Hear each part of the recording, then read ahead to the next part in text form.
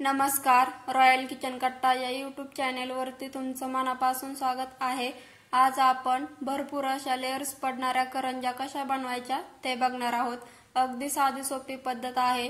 थोड्याफार काही टिप्स आहेत, त्या जर तुम्ही फॉलो केल्या तर तुमच्या हे करंज्या अगदी अशाच बनतील। चला तर मग आपण रेसिपीला सुरुवात करूया। करंज्या बनवण्यासाठी आपण सर्वात अगोदर पीठ मळून घेणार आहोत। यासाठी इथे मी 2 वाट्या मैदा घेतलेला आहे आणि मैदा हा शक्यतो आपल्याला चाळूनच घ्यायचा आहे। आता आपण यामध्ये चवीनुसार मीठ टाकून घेऊया। हे मीठ या पिठामध्ये मिक्स करून घेऊया। मीठ पिठामध्ये मिक्स करून झालं की आपण यामध्ये एकदम कडकडीत असं तेल गरम करून ओतायचं आहे। इथे मी 2 ते 3 चमचे तेल घेतलेलं होतं। आता हे तेल आपण या पिठामध्ये चमच्याच्या मदतीने मिक्स करून घेऊया।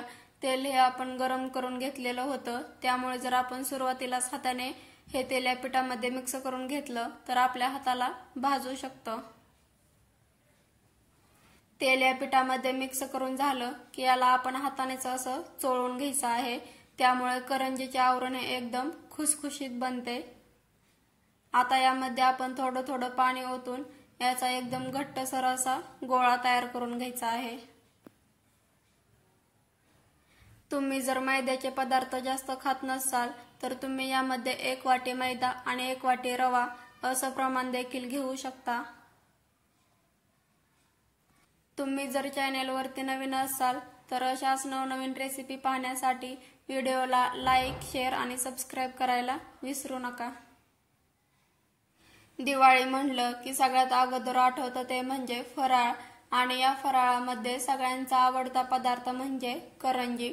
पण करंजी करत असताना आपल्याकडून बऱ्याच अशा मिस्टेक होतात, जसे की करंजी ही तेलामध्ये तळताना फुटते किंवा भाकर हा करंजीच्या कोणत्या तरी एका साइडमध्ये जाऊन बसतो।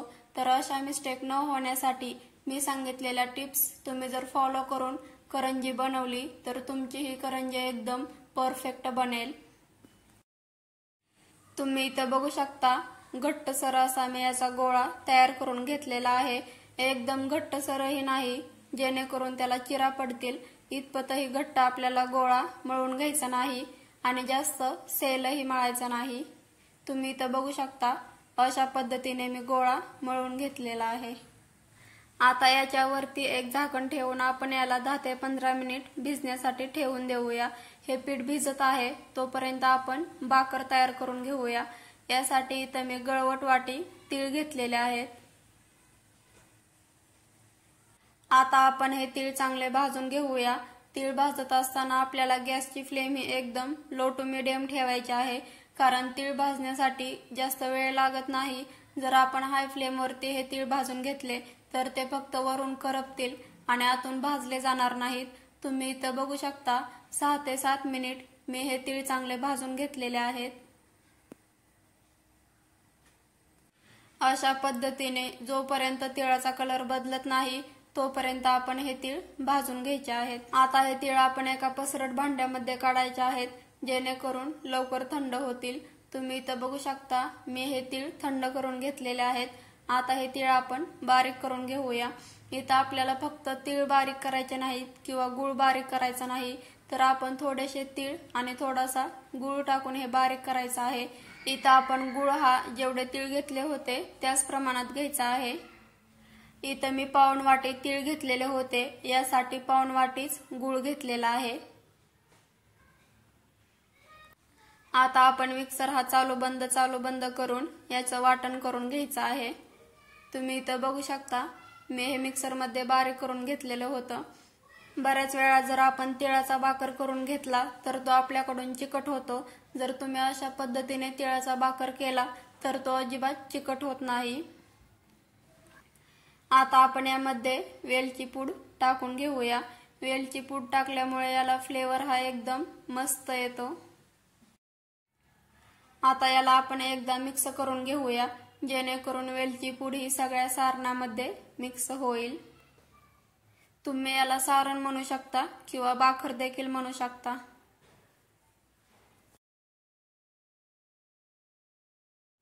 इथं मी काजू बदामाचे तुकडे करून घेतलेले आहेत, ते यामध्ये टाकून घेणार आहे। ऑप्शनल आहे, जर तुमच्याकडे असतील तर टाका, नसतील तर नाही टाकलं तरीही चालेल। आता हेही आपण यामध्ये मिक्स करून घेऊया। इथं आपलं करंजीसाठी लागणारं तिळाचं सारण तयार आहे। तुम्ही इथं बघू शकता, अजिबात चिकट वगैरे बनलेलं नाही,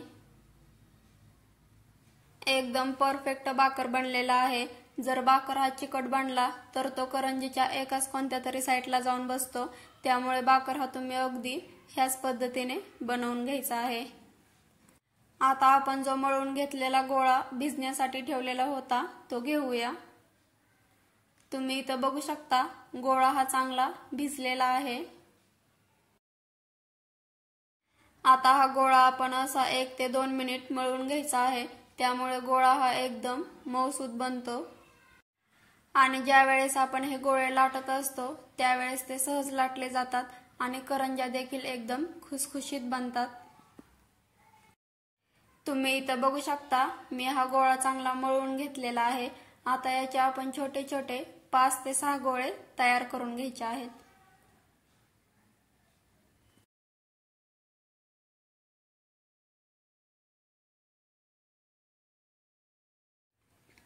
इथं मी 2 मोठ्या आकारामध्ये आणि 3 मध्यम आकारामध्ये गोळे तयार करून घेतलेले आहेत।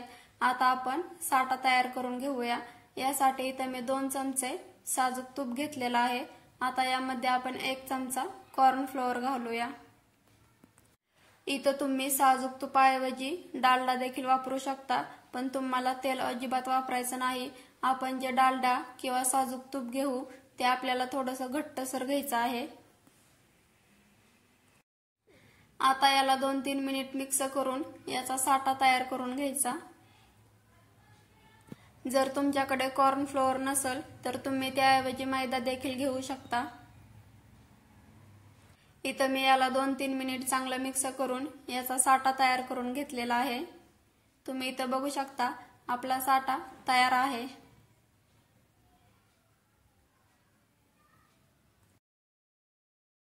आता आपण करंजी बनवायला घेऊया। यासाठी आपण जे 2 मोठे गोळे तयार केलेले होते त्यातला एक गोळा सुरुवातीला घ्यायचा आहे आणि तो असा गोल आकारामध्ये लाटून घ्यायचा आहे।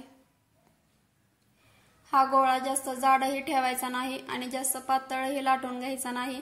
चपातीपेक्षा थोड्याशा जाड आकारामध्ये आपल्याला हा गोळा लाटून घ्यायचा आहे।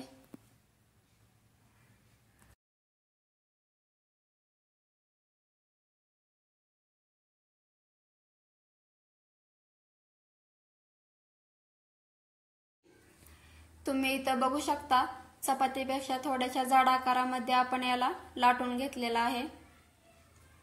आपण जी चपाती लाटून घेतलेली आहे ते एका ताटामध्ये काढून घ्यायचे आहे आणि बाकीचे जे गोळे आहेत तेही याच पद्धतीने लाटून घ्यायचे आहेत। चपाती कोरडी पडू नये म्हणून आपण यावरती एक सुती कापड ठेवायचा आहे आणि बाकीचे सगळे गोळे याच पद्धतीने लाटून घ्यायचे आहेत। इथं मी सगळे गोळे लाटून घेतलेले आहेत। आता आपण जी सुरुवातीला चपाती लाटून घेतलेली होती ती घ्यायची आहे आणि जो आपण साठा तयार करून घेतलेला होता तो त्यावरती लावून घ्यायचा आहे। इथं तुम्ही एक गोष्ट लक्षात घ्यायची आहे, जो आपण साठा तयार केलेला होता तो या चपातीच्या सगळ्या बाजूने सेम लावून घ्यायचा आहे। आता दुसरी चपाती आपण यावरून ठेवून घ्यायची आहे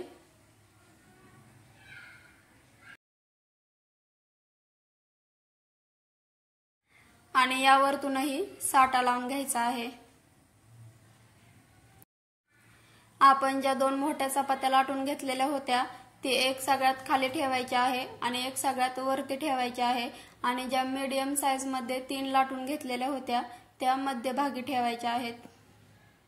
आता याच पद्धतीने आपण सगळ्या चपात्या एकावरती एक ठेवून त्यावरती साठा लावून घ्यायचा आहे। इथं मी सगळ्या चपात्या एकावरती एक ठेवून त्यावरती साठा लावून घेतलेला आहे। आता आपण अशा पद्धतीने त्याचा रोल करून घ्यायचा आहे। याचा रोल करत असताना त्यामध्ये थोडीही हवा राहिली नाही पाहिजे। जर यामध्ये थोडीही हवा राहिली तर त्याचे लेयर्स नीट पडत नाहीत। तुम्ही इथं बघू शकता याचा मी रोल तयार करून घेतलेला आहे।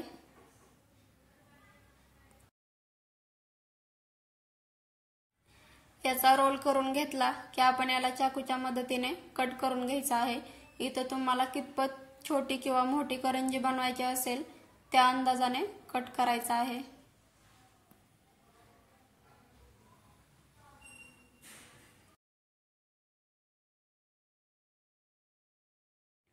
सगळे गोळे याच पद्धतीने कट करून घ्यायचे आहेत। आता आपण याच्या करंज्या बनवायला घेऊया। यासाठी इथं मी एक गोळा घेतलेला आहे। आता हा गोळा आपल्याला गोल वगैरे अजिबात करून घ्यायचा नाही। तुम्ही इथं बघू शकता दोन्ही लेयर्सच्या मध्यभागी आपण बोटाने त्याला फक्त थोडंसं प्रेस करून घ्यायचं आहे, दाबून घ्यायचं आहे। नंतर यावरती थोडासा मैदा लावून याला लाटून घ्यायचं आहे। लाटत असतानाही याच्या आपण कडा अजिबात लाटायच्या नाहीत, फक्त मध्यभागी अगदी अलगद हाताने लाटून घ्यायचं आहे।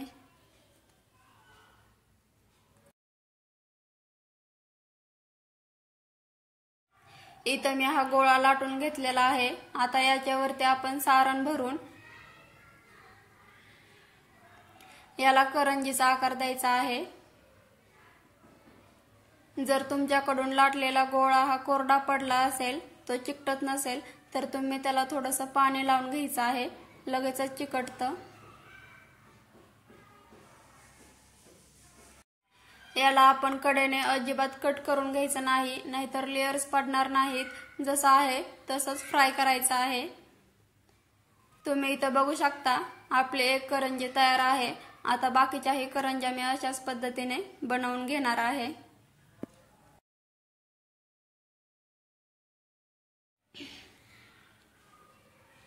मी बाकीच्याही सगळ्या करंज्या तयार करून घेतलेल्या आहेत। आता आपण करंज्या फ्राय करून घेऊया। यासाठी आपल्याला तेल हे जास्त कडकडीतही गरम करून घ्यायचं नाही आणि आपण करंज्या फ्राय करत असताना गॅसची फ्लेम ही एकदम लो टू मीडियम ठेवायची आहे। आपण याला लगेचच पलटायचं नाही, एक बाजू चांगली 2-3 मिनिट फ्राय करून घ्यायची, नंतरच याला आपण पलटायचं आहे। तुम्ही इथं बघू शकता याला लेयर्स पडलेले आहेत।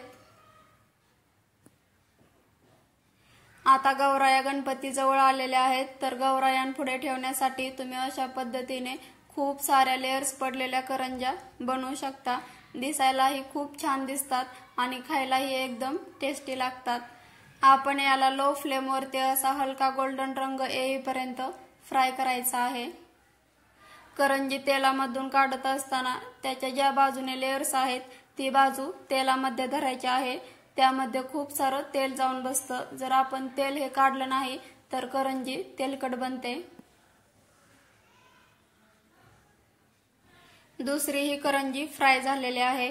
आता आपण याच पद्धतीने बाकीच्या सगळ्या करंज्या फ्राय करून घेऊया। तुम्ही इथं बघू शकता मी सगळ्या करंज्या फ्राय करून घेतलेल्या आहेत।